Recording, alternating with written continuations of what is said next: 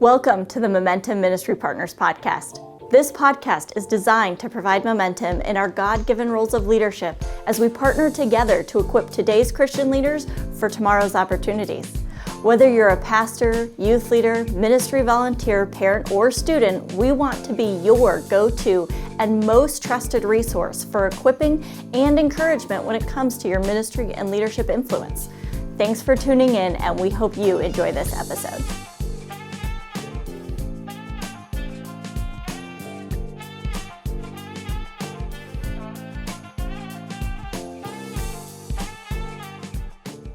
Hello and welcome to another Momentum Partners podcast. We're excited to have you with us today. Super pumped about our conversation of equipping and developing elders today.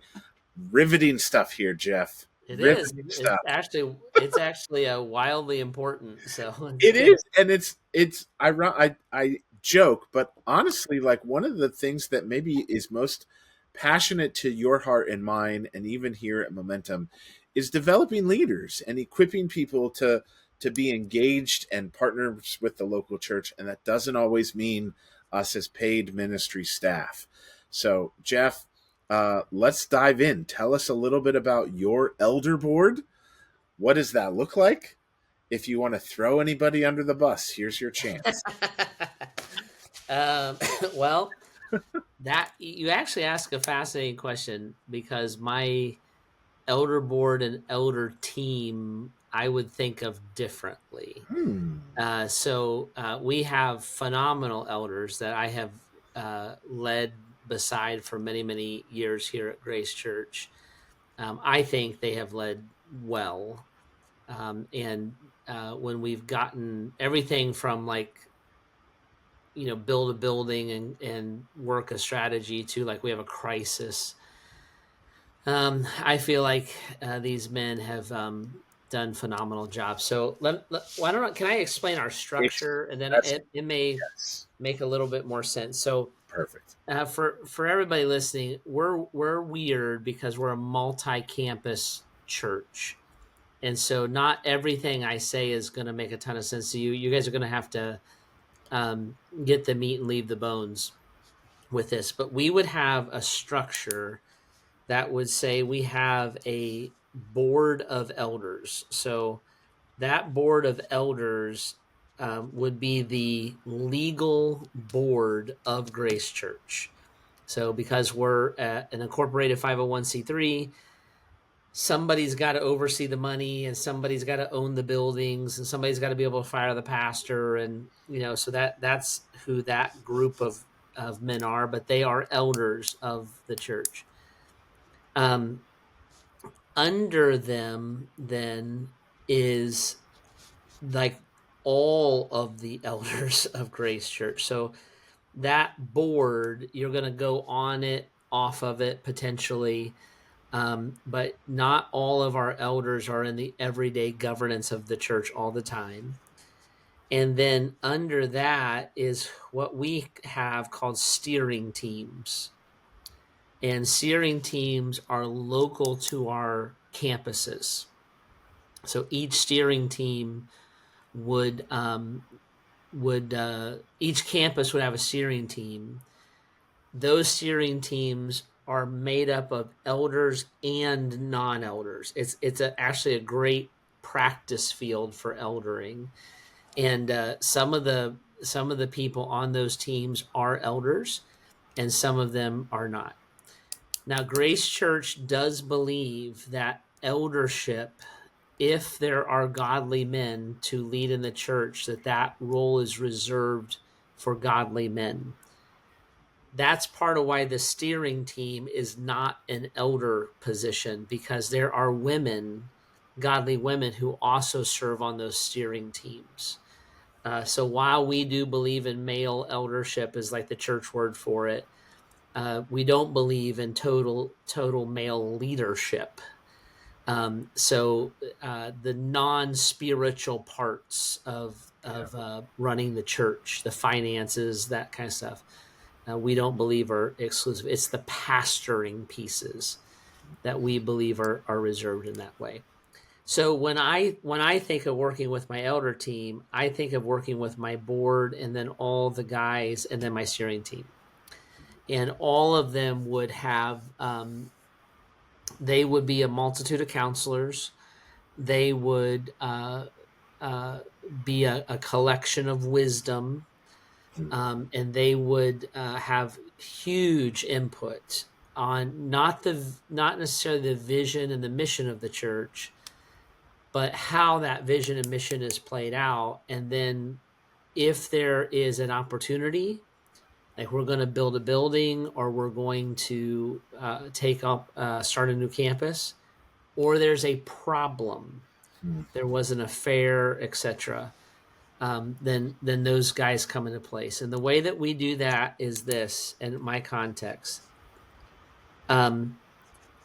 financial decisions go up, personal issues tend to go down. So in a multi-campus church, the eldering for a broken marriage or someone caught in sin is going to be localized with people who know the individual, who know the congregation, who feel uh, that the person being dealt with can feel loved by those people. Financial and institutional decision issues are going to go up. We're buying a building, we're spending blah blah amount of money, we're opening another campus, those kind of things. So I tend to work. What's interesting, the reason I took a minute to lay all that out is if you're a big church, there are times that I work with my elders the way that a big church pastor would. If you're a church, like I have a campus that runs 120 people every weekend. I tend to work with those elders the way that a smaller church pastor would work with the elders. And so I kind of work this continuum Yeah. all the time. Yeah. That's very helpful, Jeff. Thank you. I think probably knowing the general consensus of our podcast audience, being a single pastor, maybe you've got a couple people on your staff. Let's say you've got a couple hundred people in your church. Maybe you're a new pastor. Maybe you just took over this church and you're building relationships, learning the elder board, getting to know those people.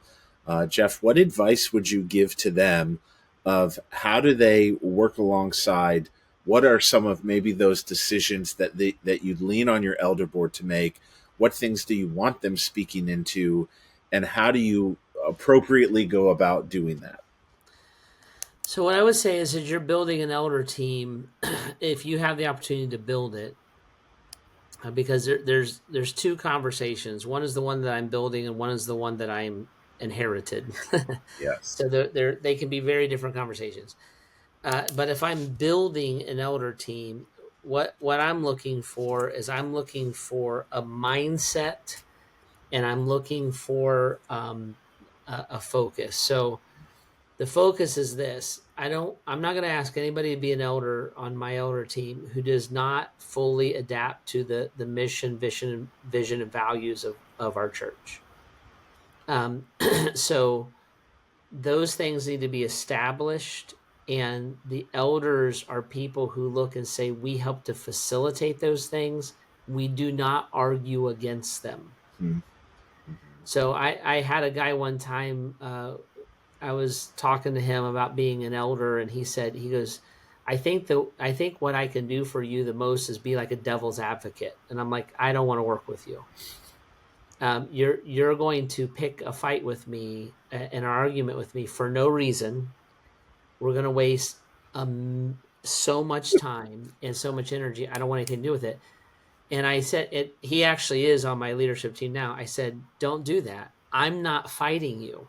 I'm not trying to have an argument.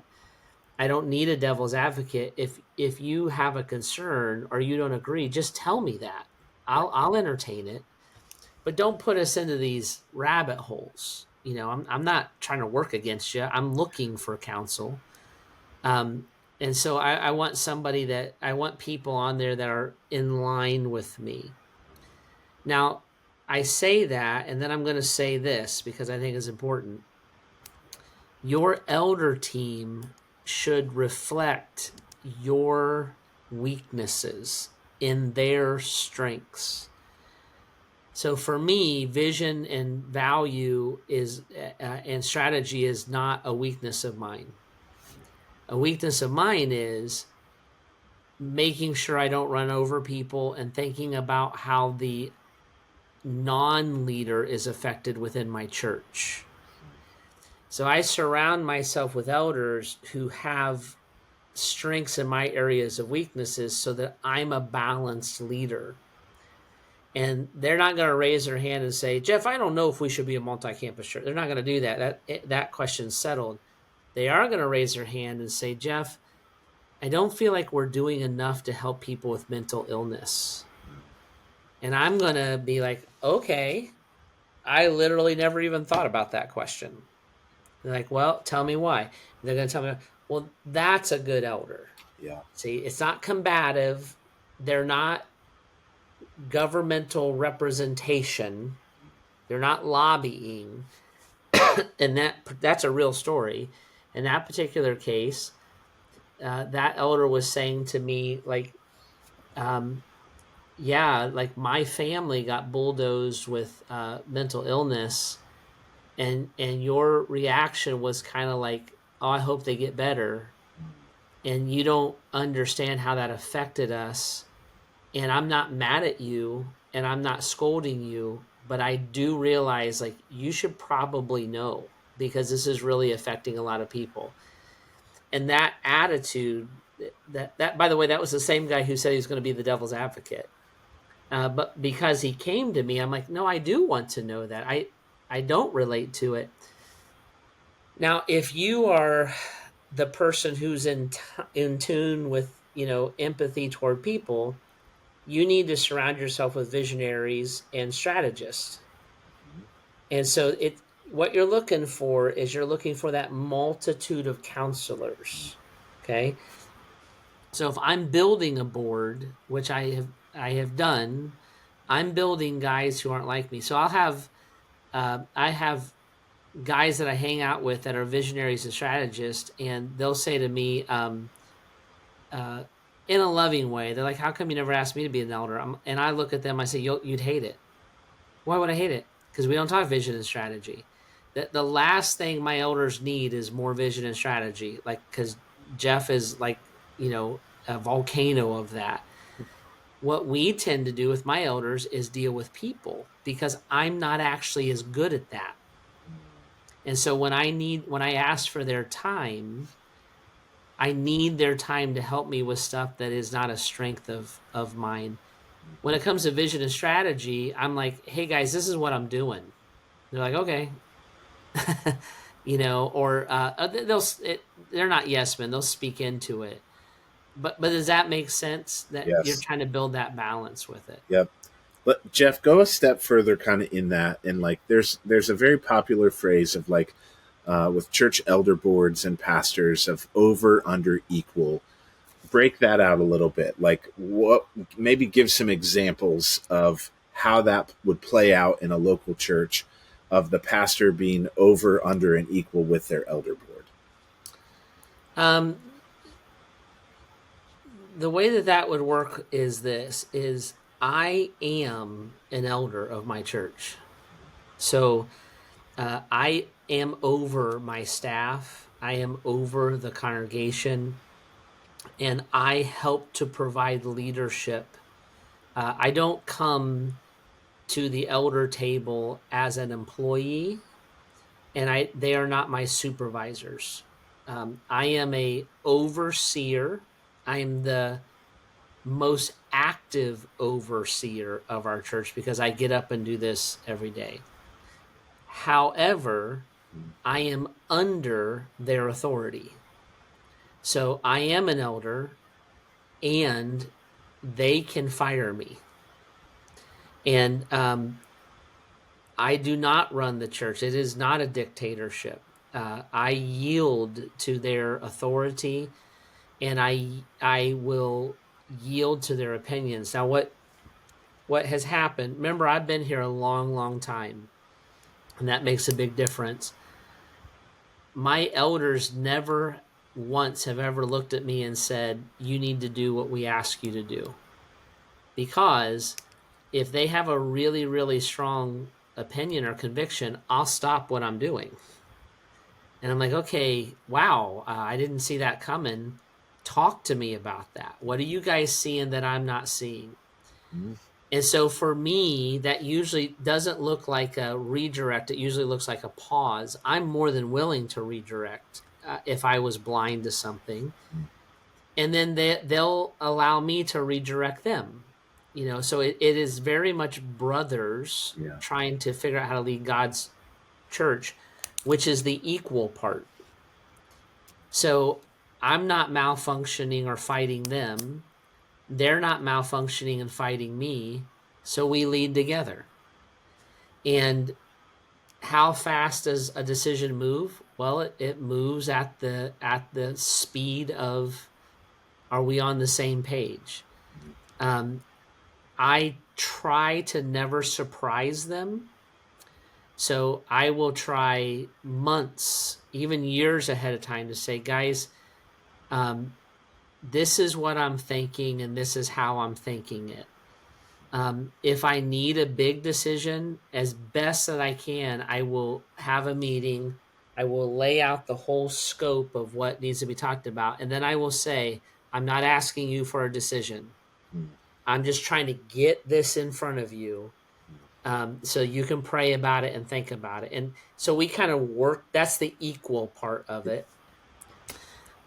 There's been a time or two, and I mean that literally, a time or two over the years where I'm like, you don't know anything about this, and we have to decide tonight. And I'm sorry that you're not up to speed. I don't have a chance. It was a fastball that came at my head too. And in that time, they will trust me, and go through that. And then there's like COVID was a thing where like nobody saw any of it coming. So we spent a bunch of time together trying to make decisions. I was trusting their input, trusting mine. I remember we were making one decision in particular, and all the elders were on the same page except one guy. And so I finally was like, his name's Todd. I'm like, Todd, tell me what you're thinking. Like, I know you well enough. I can tell you're not easy. Tell me what you're thinking. Well, he did. And it really altered what we were about ready to do because it was like the rest of us hadn't thought that way. And we trust him and love him, and like the fact that that was on your heart means something to us. So that's the equal part of it. Yeah. Ideally, if you have healthy elders and you have a healthy pastor, you're not in a war zone. War zones come from unhealthy elders or elders who lack trust, and unhealthy pastors or pastors who have not earned trust yet. And that's how that all breaks down. All right, so let's go there because we know that for somebody that's probably listening to this, they're like, "That's nice. I don't have that." Yeah, and maybe they're a pastor that has inherited an unhealthy elder board, and they're trying to solve that, or maybe they themselves are in a season where they're not fully functioning or healthy. Burnout, all of those are real. Those are real things. Jeff, what advice, direction would you give to somebody that kind of finds themselves in that scenario? The first thing I would say is draw close to that person. So the scenarios are kind of limitless, but the one that I run into often with my pastor friends that I'm trying to help with, like through Momentum Pro and stuff like that, is they're new. And they're like, my elder board will let me do what I want to do. And I'll often look at them and say, how long have they been elders? 25 years. How many pastors have they had in that 25 years? 23. And I'm like, okay, let's remember they're the stability of the church. And they're not being jerks. They're being protective because the pastors who came and went and said, I've got a new vision. I've got a new vision. I've got a new vision. None of them stuck around to play that vision out. And so they're protecting as they should. You have not earned their trust yet. Go and work hard to earn that trust. And you do that relationally.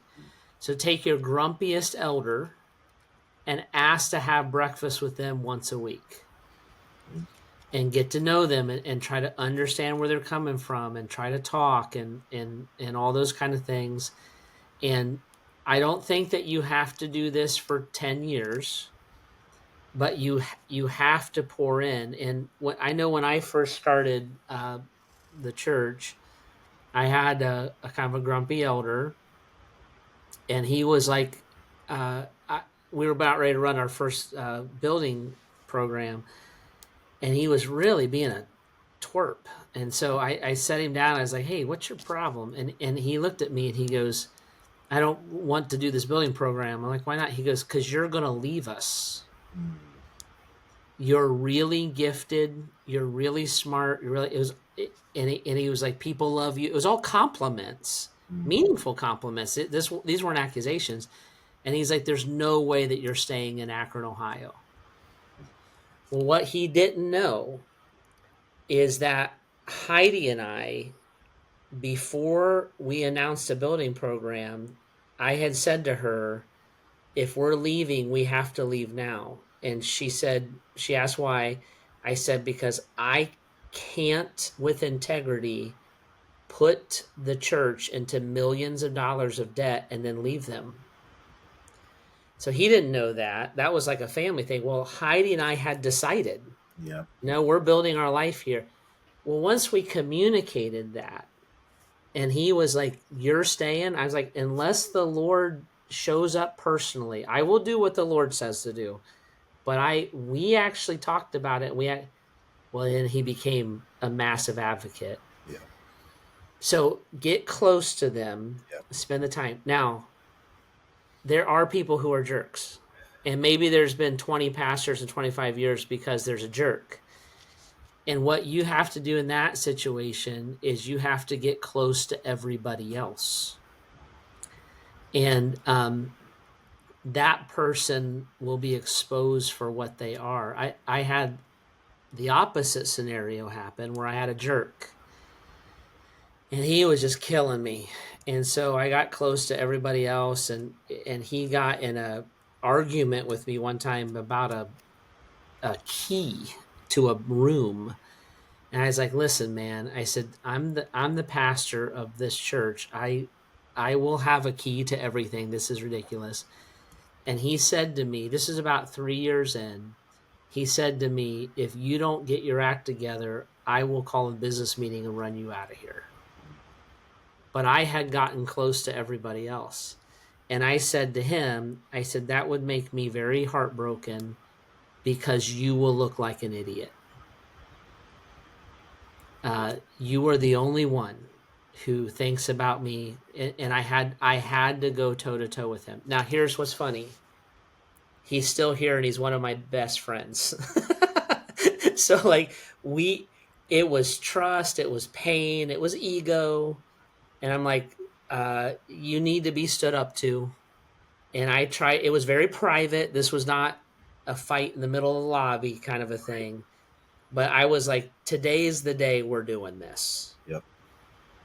He yielded, and that's a very happy ending. That doesn't happen a lot. Right. So there's time, but it takes time. It takes time. And then ultimately, if you can't do that, then you're the guy that's got to leave, and call that God not opening a door, call that God removing his lampstand, call that you're interested in something else. Don't waste your life fighting people who don't want to see lost people come to know Jesus. And that should be a slow decision. And the reality is sometimes that is a decision that a pastor has to make. Okay. But if you can understand, get close to them, understand what they're looking for, understand what they're trying to say. I'm talking about groups that you've inherited. Understand their fears, understand their pain.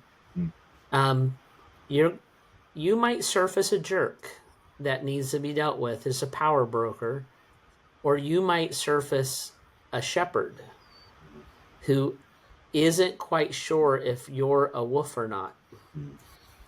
And I ran into this when I came to my church. The elders were the people that kept the doors open. And they're like, and you're 27 and you're telling us we're going to change the world. Like, you're younger than our children. And I just got to know those men, and they one of them is with the Lord, Craig Christner, absolutely phenomenal, uh, godly guy, literally kept the doors open. Another one of them is Ken Keir, wonderful godly guy, huge. I probably don't have a bigger cheerleader on planet Earth than Ken Keir. I love him, loyal to him and his wife Debbie, and we had to kind of work that stuff through a little bit. Um, Once they trusted that, it was a very different story. Yeah. Yeah, Jeff, it's beautiful to hear some of those wins and the that it is possible, but I want to go back and just kind of underline the fact that, like, it's not without the iron sharpening iron Yeah. moments. It's not without the friction. It's not without embracing and the conflict resolution. And sometimes that just means having the hard, honest conversation. So Yeah. that stuff is a big deal. Don't shy away from that. Don't back down. Don't be afraid, Yeah, especially you when those you things. can't be a wimp, Yeah, but you can't be a bully. correct. And the image is shepherding, and the example is Jesus. Yeah, Jesus was unbelievably patient with people's pain, and then a couple times he went toe to toe, yep. but all for the sake of the gospel, not his own ego. And I think we have to, the elders are not to be my boss, but I'm not theirs. And I think this equal thing this over under equal thing, Eric, that you brought up is just a really, really big deal. And when you can get to that equal, where we're not talking, the minute you start talking about constitutions and authority structures, you're in dead meat, you know. But when you're in that equal of, like, I love you, you love me, we love Jesus, and he gave us these people, um, it's a beautiful thing. And I 99.9% of the time, I have come home from elders meetings encouraged and telling Heidi, man, God has gifted us some amazing people to lead the church with. We're human, so we've Yep. had to have one-on-one talks, and Yeah. I've been confronted and I've done some confronting, but it's always been in brotherly love, not you're in trouble kind Right. of a thing. And it's been good. Yeah. All right, Jeff, one more for you. For the new pastors that are church planting, maybe they're working at revitalization and onboarding some new elders. What are some maybe intentional steps that you would take to develop somebody before they come onto your elder board? Or is there any resources or equipping that you would recommend taking an elder board through to kind of build that right frame of mindset or values to instill? Yeah, a couple things is a great question, Eric. One is, I would not take them through a book on eldering. I would take them through a book on the gospel. So J.D. Greer's book called The Gospel is my favorite book on the gospel. Read it, talk about it, download it, get mission and vision together.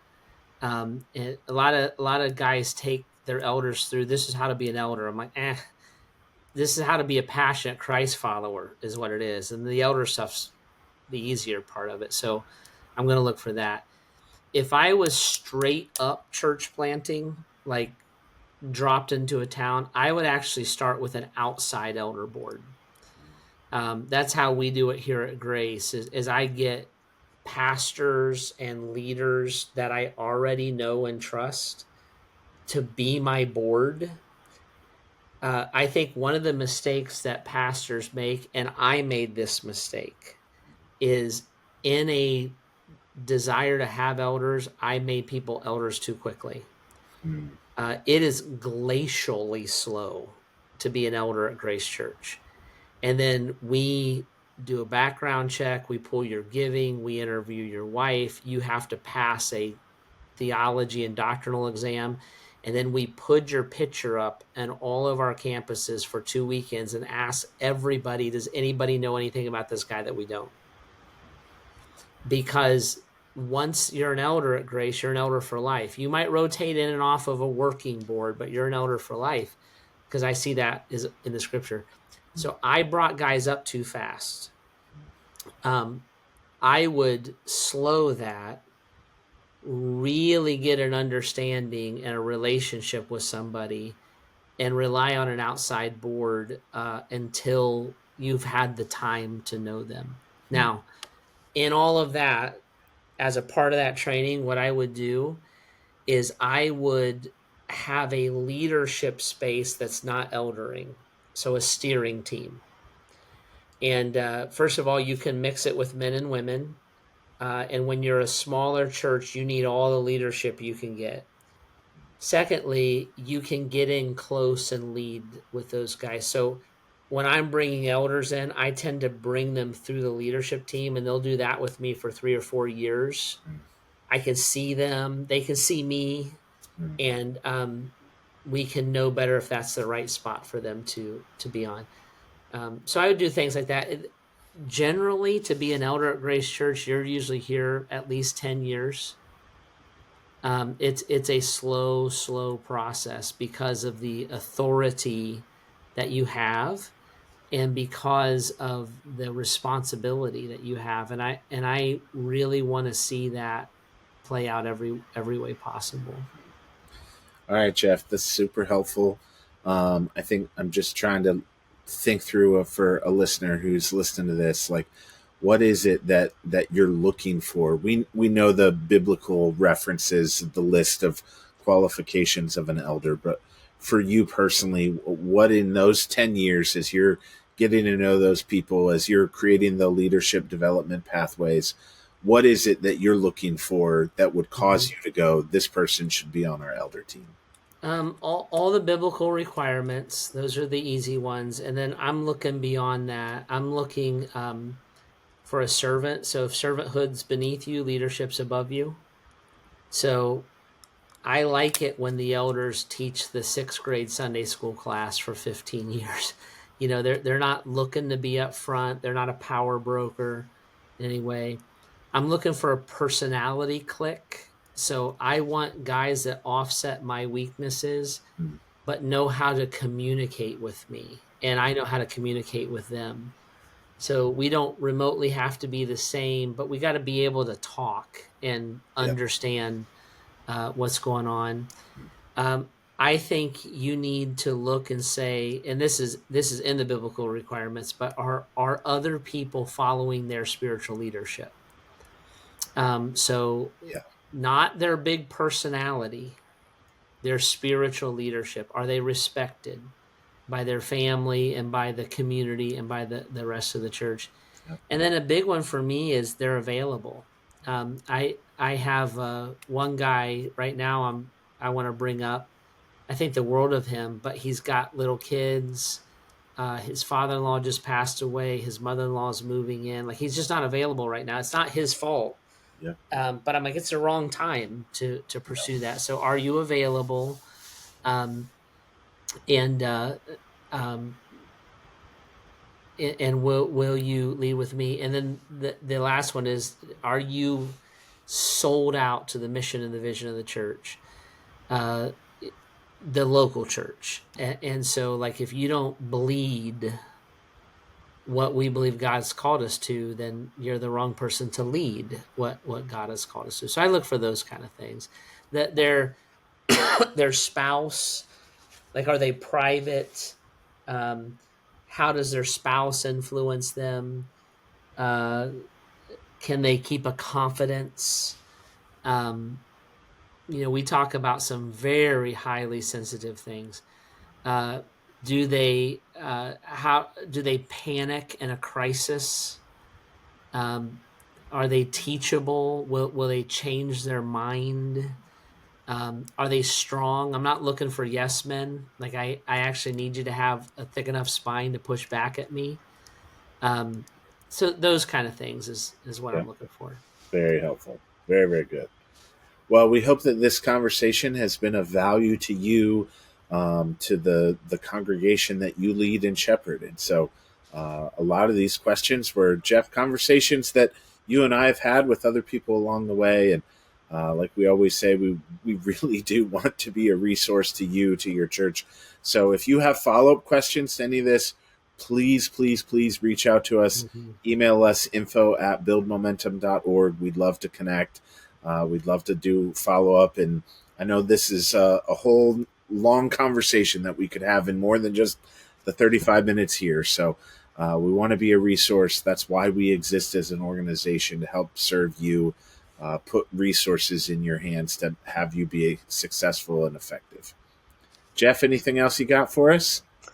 Just love you guys, and if you need help, like we often, Grace Church will often send out copies of our Constitution. If you need help with like structural things, we've worked hard at that. I don't think our stuff is perfect, but it's a resource for you. If it's helpful, don't hesitate to take advantage of it. Starting point, yeah. Don't recreate the wheel. Yeah, those things are there. Take advantage of them. Awesome. Well, thanks so much for tuning in to another episode.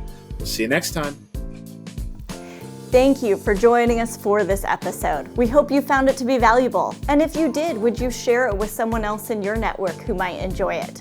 Also, would you please go on and subscribe, rate, and review it? That way you don't miss any more, and somebody else will be able to find it too.